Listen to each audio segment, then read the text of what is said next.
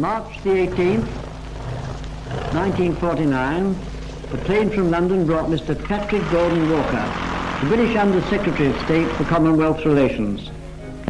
Mr. Gordon Walker is here on a special mission for consultations on problems connected with the Foreign Ministers' Conference.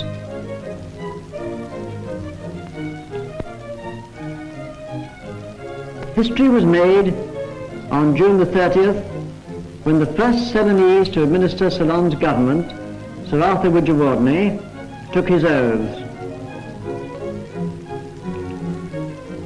It was a simple and solemn ceremony in the ballroom of Queen's House. The oath of allegiance was taken by Sir Arthur in the presence of the entire cabinet. The oath was administered by the senior puisne justice, Mr. 𝗂𝗍𝗞 𝗔𝗀𝗹𝗪.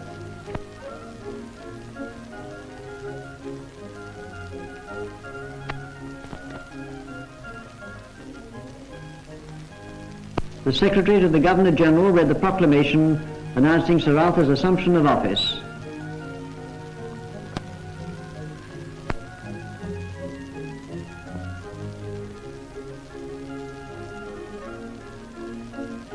Immediately after the brief ceremony, Sir Arthur 𝗦𝗪𝗏 left for Canby, where his first act was to pay homage to the sacred tooth relic of the Buddha in the Malagawa at Canby.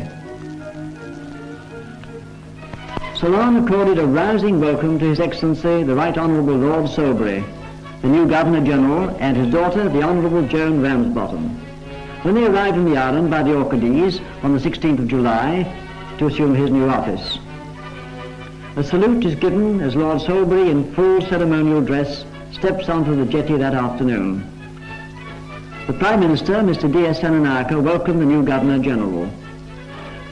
Here were two old friends meeting. A warm and long welcome indeed.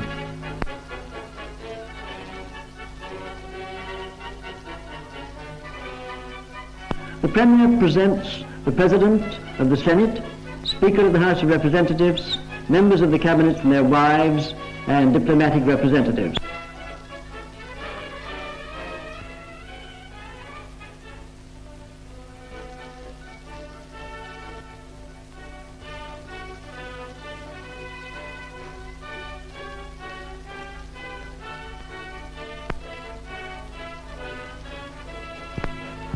His Excellency was met at the entrance of the jetty by the Ceylon Army Chief, Brigadier the Earl of Caithness, and Commander 𝗏𝗏 of the CRNVR.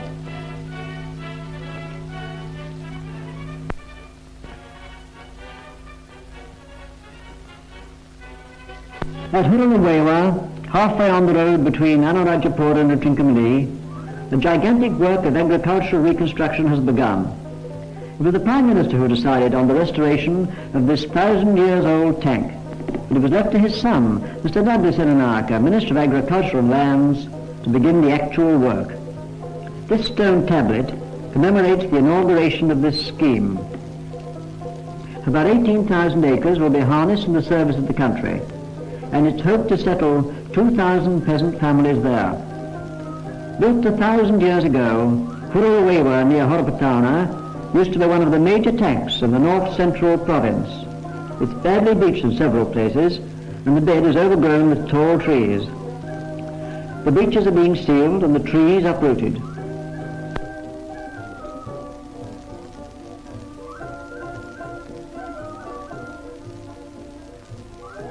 The peasants, used to traditional methods of clearing forests, are somewhat sceptical whether the giant bulldozer will be equal to the task. But here it goes. Seated with the driver is Mr. Douglas Sananaka himself, directing operations.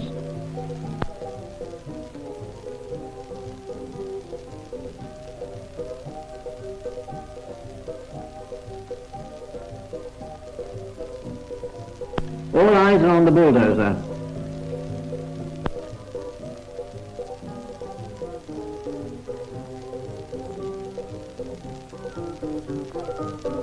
The spectators probably ask themselves, will it work?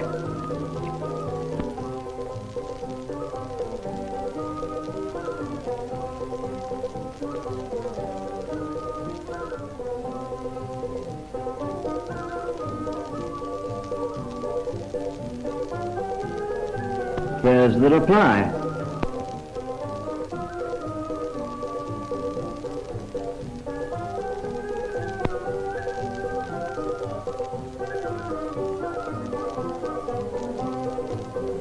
And so another picturesque veteran of the forest makes way for the food drive and village expansion.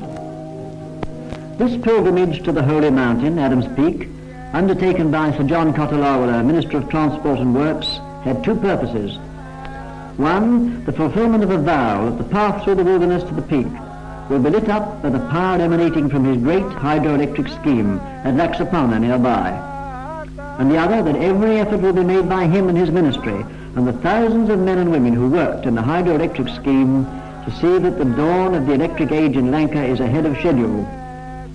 It was a typical mist-hung morning when Sir John, accompanied by 3 members of Parliament, Messrs. Premachandra, M.D. Banda and Montague Jayawickrama, they set out on this climb of 7,360 feet peak on the western edge of the central province. For centuries it has been a place of pilgrimage to the devout of many races and many creeds, Buddhists, Hindus and Muslims. It is associated with the earliest history of Asia. Alexander the Great is said to have climbed it. Legend has it that Marco Polo and the Chinese Fa Hien made the steep ascent.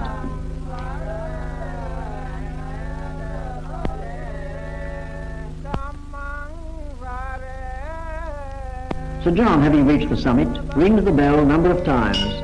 Every toll recalls the previous pilgrimage.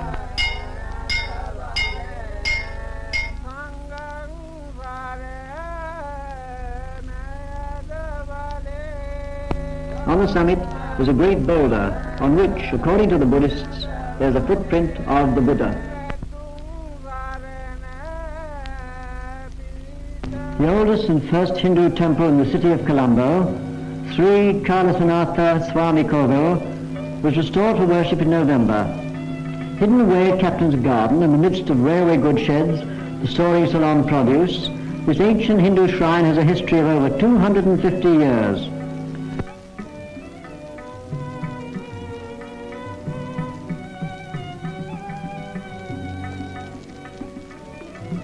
Traditional ritual is observed on this memorable day. The pinnacle of the dome of the temple is bathed with holy water, mingled with perfume, honey and milk.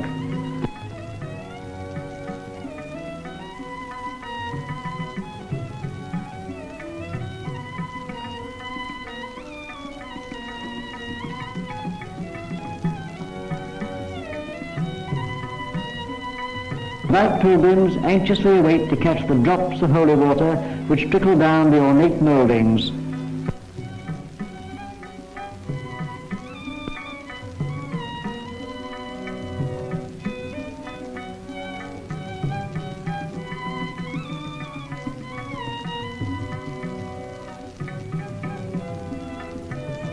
Just before the unveiling of the statue of the god Natharaj, the sacred fires are lit in accordance with age-old custom, while the devotees bow low in a prayerful and reverent attitude in honor of the deity.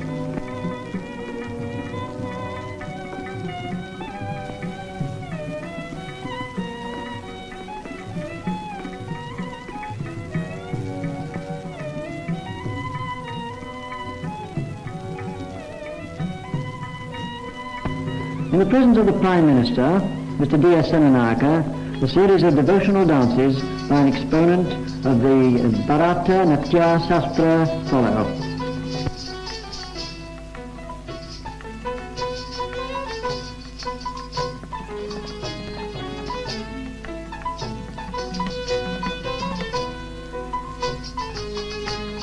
She gives an interpretation of the dance of the deity Natharaj, to whom the temple is dedicated.